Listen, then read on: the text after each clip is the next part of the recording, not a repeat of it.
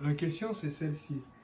Si la Trinité n'existe pas, pourquoi dans Philippiens 2, verset 6, on dit par le Dieu lequel existant en forme de Dieu n'a point de Jésus, existant en forme de Dieu n'a point regardé comme une proie d'être égal à Dieu. Alléluia. Ça c'est un bon passage. Redonne le passage.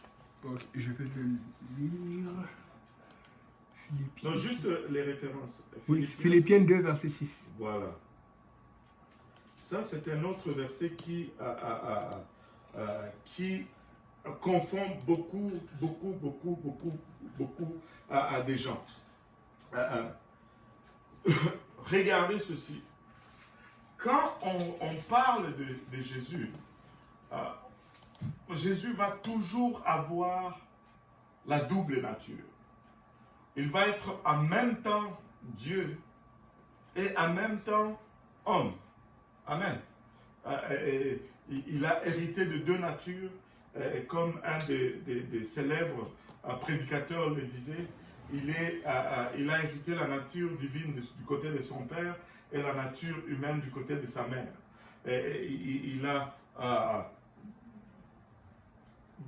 Il a mangé, il a hérité le fait de manger du côté de sa mère. Il a hérité le fait de nourrir 5000 avec 2 pains du côté de son père. Et tu peux aller comme ça et comme ça. Regardez. Philippiens 2 nous dit ceci.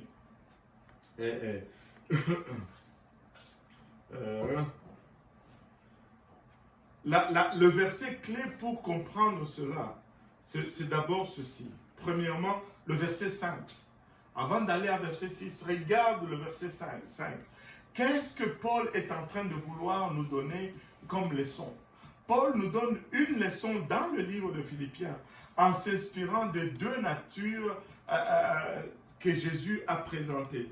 Il dit, ayez en vous le même sentiment que Jésus-Christ. Moi, j'ai lu encore de la version Osterwald. Tu peux lire Louis II pour qu'on soit un peu Philippiens plutôt 2,5. Ayez en vous le sentiment qui était en Jésus-Christ, lequel, existant en forme de Dieu, n'a point regardé comme une proie à arracher d'être égal avec Dieu. Alléluia. Maintenant, regardez ceci. Il dit, il faut que nous démontrons le même sentiment ou le même comportement que celui que Jésus avait. Il dit, celui qui était en forme de Dieu, il avait une nature divine, mais il n'a pas vécu dans cette chair en voulant tout le temps se faire passer pour Dieu, en fait. Au fait, ça, c'est la plus grande leçon d'humilité que nous puissions y avoir. Et ça, c'est une des choses qui fait le plus défaut dans notre marche comme chrétiens aujourd'hui, c'est l'humilité. Si nous pouvons être humbles, comme le Seigneur nous l'a démontré, nous allons passer par-dessus plusieurs choses. Paul est en train de dire, regardez au Seigneur lui-même, bien qu'il avait une nature divine, il n'a pas regardé cela comme quelque chose à exposer ou à solliciter continuellement dans sa vie quotidienne. Il dit, mais il s'est dépouillé lui-même. Tu peux le lire encore une fois dans le Louis II. Le 5 ou juste... Lis le verset 6 d'abord. Ok.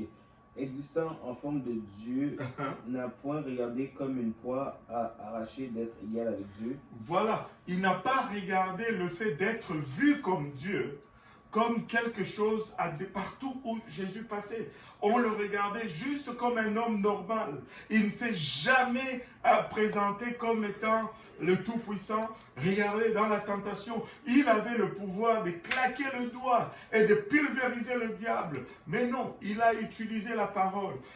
Il n'a pas voulu mettre en avant sa divinité pour en tirer avantage. C'est ce que Paul est en train d'essayer de mettre en nous, cette attitude d'humilité. Il n'est pas en train de dire que que Jésus était Dieu, mais qui n'a pas voulu être comme Dieu. Ça ne marche pas. Alléluia.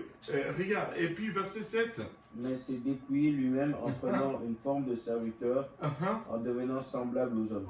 Voilà. Ben, si tu dis que Jésus était Dieu, si tu dis que Jésus était Dieu, qu'il existait comme Dieu avant de devenir un homme et qu'il était distinct de ce Père, ben, tu dois alors admettre que depuis le début, il y a deux dieux, il n'y en a pas un seul. Et ça serait une hérésie totale. Il n'y en a pas deux, il n'y en a qu'un seul. Maintenant, et c'est ce même Dieu qui s'est dépouillé lui-même. Quand il dit il s'est dépouillé, c'est-à-dire il a mis sa gloire de côté. Il a mis toute sa puissance de côté pour revêtir la chair d'un servitude qu'il est devenu semblable à un homme. Et regardez, verset 8.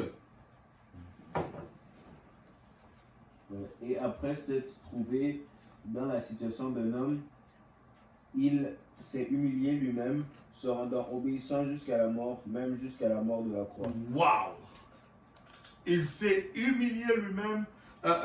Et c'est une grande leçon sur l'humilité. Ce n'est pas Paul n'est pas en train d'introduire une nouvelle comment on dit Paul n'est pas en train d'introduire une nouvelle doctrine qui nous parle de notre Dieu, mais il est en train de nous donner une bonne leçon avec la référence, mais la meilleure qui existe sur l'humilité, et c'est pourquoi il écrit de cette façon. Il dit c'est pourquoi aussi Dieu l'a souverainement élevé et lui a donné un nom qui est au-dessus de tout nom, afin qu'on ait... regardez, continue. Afin qu'au nom de Jésus, tout genou fléchisse dans les cieux, sur la terre et sous la terre, et que toute langue confesse que Jésus-Christ est Seigneur à la gloire de Dieu le Père. Regardez, quand il dit qu'au nom de Jésus, toute langue confesse et que tout genou fléchisse, je cherche la référence.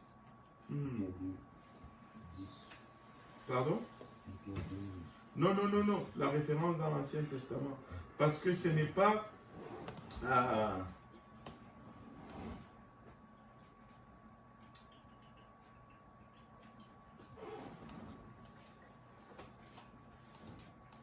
ok, je ne l'ai pas, c'est pas grave. Et afin qu'au nom de Jésus, tout ce qui est dans les cieux, que tout genou fléchisse. Regardez comment Osterwald dit que tout genou fléchisse de tout ce qui est dans les cieux. C'est-à-dire, s'il y avait un Père qui est dans les cieux, il devait aussi se prosterner devant Jésus. Non, ce n'est pas ce que Paul est en train de nous dire. Le Père est en Jésus-Christ. Dieu est en Christ, mais il est en train de nous donner une leçon sur notre attitude d'humilité, comment nous devons prendre le modèle de Christ, lui qui avait une nature divine en lui. Il n'a pas regardé cela comme quelque chose à utiliser pour son avantage, à utiliser pour se mettre au-dessus, mais il a marché humblement comme tout autre homme, et nous devons faire autant. Voilà un peu ce qu'on peut dire de Philippiens. Il y a une question ici. Attends. Si on voit un autre... Ça, c'est sur le chat. Il dit... Expliquez le verset.